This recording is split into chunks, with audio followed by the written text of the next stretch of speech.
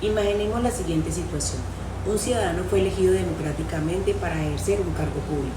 Sin embargo, una autoridad administrativa decide destituirlo o inhabilitarlo para ejercer funciones públicas.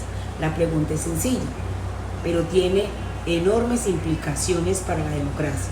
¿Puede una autoridad administrativa quitarle a un ciudadano el derecho a ser elegido? Hola, soy Selena Beatriz Acosta. En este podcast analizaré una de las recomendaciones más importantes emitidas por Colombia por la Corte Interamericana de Derechos Humanos, a partir del caso Petro Urrego versus Colombia. En 2013, la Procuraduría General de la Nación destituyó e inhabilitó por 15 años al entonces alcalde de Bogotá, Gustavo Petro, por decisiones relacionadas con el nuevo modelo de recolección de basuras de la ciudad. Petro acudió al Sistema Interamericano de Derechos Humanos, argumentando que se habían vulnerado sus derechos políticos. En 2020, la Corte Interamericana concluyó que Colombia había violado la Convención Americana sobre los Derechos Humanos. El principal argumento fue que los derechos políticos de una persona elegida por voto popular solo pueden ser restringidos mediante una decisión adoptada por un juez competente dentro de un proceso judicial y no por una autoridad administrativa. A partir de esta decisión, la Corte Interamericana ordenó al Estado colombiano adecuar su ordenamiento jurídico para garantizar que ninguna autoridad administrativa pudiera imponer sanciones que afectaran los derechos políticos de funcionarios elegidos por voto popular sin la intervención de una autoridad judicial.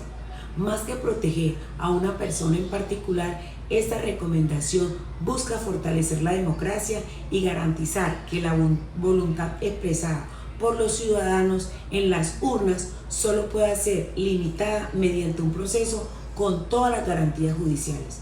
Considero que Colombia debe desarrollar estas recomendaciones en 3 fases. La primera, considero en realizar los ajustes normativos necesarios para armonizar la legislación interna con los estándares fijados por la Corte Interamericana.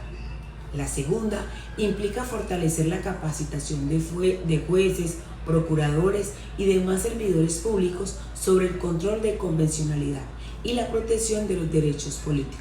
Finalmente, la tercera fase debe orientarse a establecer mecanismos permanentes de seguimiento que permitan verificar que las decisiones disciplinarias respeten los estándares interamericanos de derechos humanos. Este proceso requiere participación del Congreso, de las altas cortes, de la Procuraduría General de la Nación y de las instituciones encargadas de la formación de servidores públicos. Implementar esta recomendación no es solo una tarea sencilla, es uno de los principales retos. Consiste en encontrar un equilibrio entre el control disciplinario que debe ejercer el Estado y la protección de los derechos políticos de quienes fueron elegidos mediante voto popular. También existen desafíos institucionales porque suponen modificar prácticas jurídicas consolidadas durante muchos años y fortalecer el diálogo entre el derecho interno y el derecho internacional de derechos humanos. Desde mi perspectiva, la recomendación emitida por la Corte Interamericana de Derechos Humanos representa un avance importante para el Estado de Derecho. No significa eliminar el control disciplinario, significa que cuando esté en juego el derecho fundamental de un ciudadano a elegir y ser elegido, las garantías judiciales deben prevalecer sobre las decisiones adoptadas exclusivamente por una autoridad administrativa. La democracia no solo exige sancionar las actuaciones e irregularidades de los servidores públicos, también exige proteger la voluntad popular y garantizar que las restricciones de los derechos políticos se adopten mediante procedimientos compatibles con la Constitución y con la Convención Americana de Derechos Humanos.